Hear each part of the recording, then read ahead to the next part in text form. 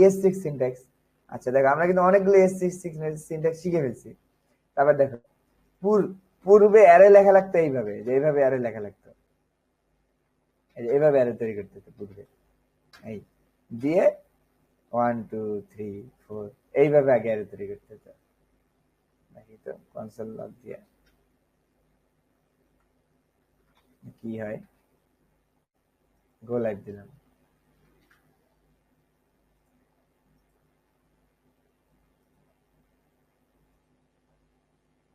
এই দেখো অ্যারে দেখছো, পূর্বে এইভাবে অ্যারে তৈরি করতে হতো, এই যে আগেকার নিয়ম অনুযায়ী। এখন কিন্তু আমরা এইভাবে করি, দেখছো কখনো কারো এইভাবে অ্যারে করতে? এটা কিন্তু আমরা শিখাইছি তোমাদের কেন, এই যে জিনিসটা বোঝার জন্য যে এটা একটা কনস্ট্রাক্টর ফাংশন। জাভাস্ক্রিপ্ট সবকিছুকে কনস্ট্রাক্টর ফাংশনের মধ্যে নিয়ে এটার একটা অবজেক্ট বানায়, যার কারণে যে মেথড গুলো অ্যাক্সেসিবল হয়ে যায়। এটা জানার জন্য তোমাদের এত কিছু শিখাইছি। কিন্তু প্রোগ্রামিং লেখার সময় কিন্তু এমনি লিখবা, এটা তো জাভাস্ক্রিপ্ট পিছন দিয়ে করেই ফেলা, এটা তো আর আমার দরকার নেই, বোঝার দরকার নেই। কিন্তু আমি কিন্তু শিখাইছি।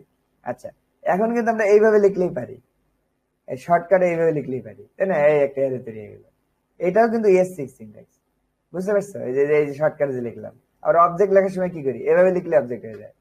এই যে এটাও ES6 সিনট্যাক্স। তাহলে আগে যেভাবে অবজেক্ট লিখতে হতো, এই যে নিউ অবজেক্ট এভাবে লিখতে হতো, এই যে তারপরে এই যে ভিতরে অবজেক্টের ভ্যালু দিতে হবে।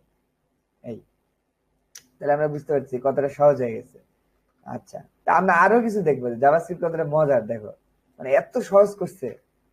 সবচেয়ে আমার মজা লাগে কোনটা জানো, জাভাস্ক্রিপ্টে সবকিছুকে ভ্যারিয়েবল অ্যাসাইন করা যায়। এইটা আমার কাছে সবচেয়ে ভালো লাগে। আমি মানে মানুষ যে যাই বলুক, এইটার মতো মজা আমি আর কোনো ল্যাঙ্গুয়েজে পাইনি, বুঝছো? এই দেখো, ধরো a equal to স্ট্রিং, মানে একটা স্ট্রিং আমি দিতে পারবো, দেখো। আবার দেখো, একটা ভেরিয়েবলের মধ্যে একটা অবজেক্ট স্টোর করা যায়, আবার একটা ভেরিয়েবলের মধ্যে কি করা যায়, একটা অ্যারেকে স্টোর করা যায়।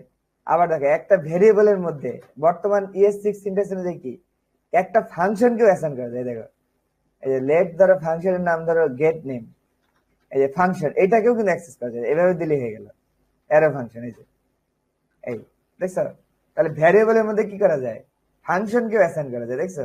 এই জিনিসগুলো আমার কাছে খুব মজা লাগে। মানে জাভাস্ক্রিপ্টের সবকিছুই একটা ভ্যারিয়েবলের মধ্যে ঢুকে থাকে। এইটা হলো জাভাস্ক্রিপ্ট, এগুলো সব ES6 সিনট্যাক্স, ঠিক আছে?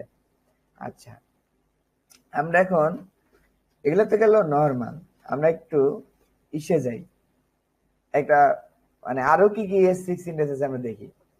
তোমরা খেয়াল করবা কিনা জানি না, আমি যখন কনসোল লক করে দুইটা জিনিসকে প্রিন্ট করতে চাই, তখন কিন্তু এতদিন ধরে আমি তোমাদের আজ পর্যন্ত এইভাবে দেখাইছি। এই দেখো, দিস ইজ রিফাত, তারপর কি করছি, কনক্যাটিনেট করছি না যে প্লাস দিয়ে, তারপরে না একটা ভেরিয়েবলের নাম দিছি এজ, ধরো এখানে লেট এজ সমান দিলাম 20। এই তাহলে দিস ইজ রিফাত, না রিফাত এজ ইজ, এতদিন ধরে কিন্তু এভাবে দেখেছি, রিফাত এজ ইজ, একটা ফাঁকা দিলাম, তারপর প্লাস দিয়ে এজ দিলাম, এই যে দেখাচ্ছে রিফাত এজ ইজ 20। তার মানে আমাকে এই লাইনটা দেখানোর জন্য খেয়াল করো, প্লাস প্লাস দিয়ে দিয়ে লিখতে হবে, মানে যতগুলো ভ্যারিয়েবল এরকম আসবে, এই যে কনক্যাটিনেট করছি, প্লাস মানে কি এইটাও আউটপুট দেখাবে, পাশাপাশি এটা আউটপুট দেখাবে, এটা বুঝেছি। আর একটা থাকলে কিন্তু এরকম আবার প্লাস দেওয়া লাগবে। তাহলে এজ এর পাশে একটা আছে, ইয়ার আছে, তাহলে লেট প্যারামিটার, ধরো এজ ইকুয়াল টু ইয়ার, না একটা স্ট্রিং লিখলাম ইয়ার।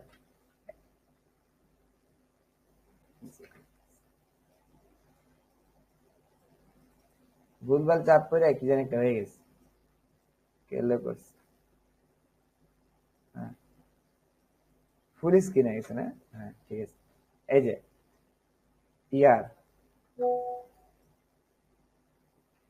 দেখেন লেট প্যারামিটার সমান year, console dot log Rifat age is S, এখন ধরো 20 ইয়ার লিখবো এখানে, 20 ইয়ার, তাহলে আবার প্লাস দিয়ে এই প্যারামিটারটা কল করে দিলে তাহলে এই 20 ইয়ার আসবে। তা দেখো 20 আর ইয়ার কিন্তু আবার লেগে গেছে, দেখছো? কারণ কি ওই প্লাস প্লাস দিলে তো মানটা বসে যাচ্ছে, কিন্তু এই যে এই গ্যাপটা তো আসতেছে না, এই গ্যাপটা তো আসতেছে স্ট্রিং থেকে, কিন্তু এখানে কিন্তু এই গ্যাপটা নাই। তাহলে আমাদের মাঝখানে আবার কি করতে হয়, এরকম করতে হয়, এই যে আগে আমরা এইটা করতাম, এই যে এরকম করে করে ডেভেলপার আগে প্রোগ্রামিং করতে হয়, এই দেখো এখন ঠিক মতো আসছে। মানে এই ফাঁকটা দেওয়ার জন্য আবার প্লাস দিয়ে আবার একটা স্ট্রিং ফাঁকা দেওয়া লাগছে, বুঝছো? তাহলে আমি যতগুলো এরকম লিখবো এরকম লিখতে পারবো, কিন্তু এই যে প্লাস প্লাস দিয়ে সুন্দর করে সাজায় লিখতে হবে, দেখো। তাহলে এইটুকু লিখতে এত ক্যাসাল করলাম, দেখছো, এইটা থেকে বাঁচার জন্য মানে এইটা তো একটা স্মার্ট হয়ে গেল না, মানে একটা যদি আমি একটা লম্বা লাইন লেখার জন্য যদি এতবার প্লাস প্লাস দেই, আবার ফাঁকা দেওয়ার জন্য একটা স্ট্রিং দেই, আবার একটা ভ্যালু দেই, তাহলে কেমন হলো? এই জন্য জাভাস্ক্রিপ্ট একটা জিনিস নিয়ে আসছে, এটাকে বলে টেমপ্লেট লিটারেল। ধরো কনসোল ডট লগ দিলা, কি এই যে কনসোল ডট লগ দিছে না, ধরো এই যে রিফাত নেম, ধরো রিফাত এজ ইজ, আগে তো এইটুক পর্যন্ত আগের মতোই তাই না, কমন। তারপরে আমরা যে এজ দিতে যাই আর প্যারামিটার দিতে যাই বিপদে পড়ছিলাম, কারণ ওটা তো একটা ভ্যারিয়েবল। তখন তো ভ্যারিয়েবল এর মধ্যে দিলে তো কাজ করবে না, কারণ এর মধ্যে দিলে তো এজ মধ্যে যে এজ দেয় তাহলে তো এটা ভ্যারিয়েবল হিসেবে গণ্য হবে না, এটা গণ্য হবে কি হিসেবে, স্ট্রিং হিসেবে, কারণ এটা তো কোটেশনের মধ্যে। এই প্রবলেম থেকে বাঁচার জন্য জাভাস্ক্রিপ্ট লেটেস্ট সিনট্যাক্সে একটা টেমপ্লেট লিটারেল নিয়ে আসছে, যে এই চিহ্ন ব্যাকটিক, ঠিক আছে, এটা তোমাদের কিবোর্ডের সবার উপরে বামে ইএসসি এর নিচে আছে, দেখবে এসকেপের নিচে সবার উপরে বামে তার এক ধাপ নিচে দেখবে এই সিম্বলটা আছে, এই যে এটাকে বলে টেমপ্লেট লিটার। এটাও কিন্তু স্ট্রিং, স্ট্রিং সিম্বলই, কিন্তু এটা একটা পাওয়ার আছে। যেমন ধরো কি, এইটার ভিতরের ফাঁকাটাকেও প্রিজার্ভ করতে পারে, আবার এর ভিতরে ভ্যারিয়েবল দেওয়া যায়। ভ্যারিয়েবল দিতে হলে এরকম একটা ডলার সাইন দিতে হয়, দিয়ে সেকেন্ড ব্র্যাকেট দেওয়া যায়। দেখো এখানে আমি ভ্যারিয়েবল লিখতে পারছি, এজ, দেখছো এই যে এজ বসে গেল, দেখছো 20। আবার ইয়ার লিখবো কেন, এমনকি আবার প্লাস দিতে হবে না, এ দেখো ফাঁকা দিলে ফাঁকাটা পাবে, দেখো ফাঁকা পাইছে। তারপর দেখো আবার যদি ইয়ার লিখতে চাই আবার এরকম করবো, এই দেখছো আমি একটা লাইনের মধ্যে সব করে ফেলতে পারলাম। এই দেখো এই যে,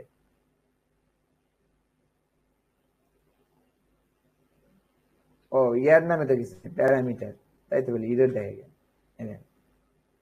রিফাত এজ ইজ বিশিয়ার, এখানকার ফাঁকাটা আসছে, এখানকার এই ফাঁকাটা আসছে, যে এই যে ফাঁকা এইটা আসছে, তারপর এজ আসলে যে এজ বসলো, আবার দেখো এই ফাঁকাটা আসছে, যে এখানে ফাঁকা দিছি, এই ভ্যালুটা আসছে, দেখছো একটা লাইনের মধ্যে কাজ শেষ। খেয়াল করছো, এটা কিন্তু অনেক পাওয়ারফুল। দেখবে প্রোগ্রামিং এর সময় আমরা আর ওই প্লাস প্লাস ইউজ করবো না, জীবনও করবো না, সবসময় এইটা ইউজ করবো, ঠিক আছে।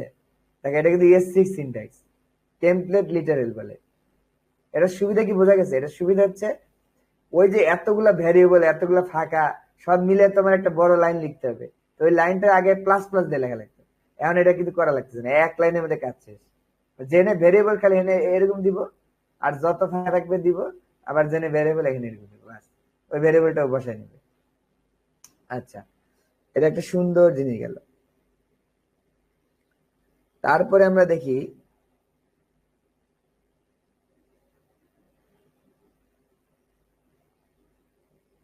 আচ্ছা এখন আমরা দেখবো স্ট্রিং এর কিছু মেথড দেখবো। মেথড তো আসলে আমি দেখাতে যাচ্ছি না, কারণ মেথড আমরা অনেকগুলো দেখছি, ওই যে আগের ক্লাসে একটা স্ট্রিং মেথড আমি কভার করছি, ইনক্লুড, সার্চ, ইন্ডেক্স, সব এগুলো দেখছি আমরা, ঠিক আছে, এগুলো আর দরকার নাই। অ্যারো ফাংশন আমরা দেখছি, ঠিক আছে, অ্যারো ফাংশন দেখছি। লেক্সিক্যাল দিস কিওয়ার্ড সম্বন্ধে আমরা জানি, এগুলো কিন্তু ES6 এর সিনট্যাক্স, মানে ওদের ডকুমেন্টেশন থেকে আমি বলতেছি তোমাদের। লেক্সিক্যাল দিসও আমরা দেখছি, কেন ওই যে উপরের দিসটা নিচে পায়, এটা কিন্তু ওই যে লেটেস্ট ES6 এ আসছে, আগে ছিল না। আচ্ছা, তাহলে এটা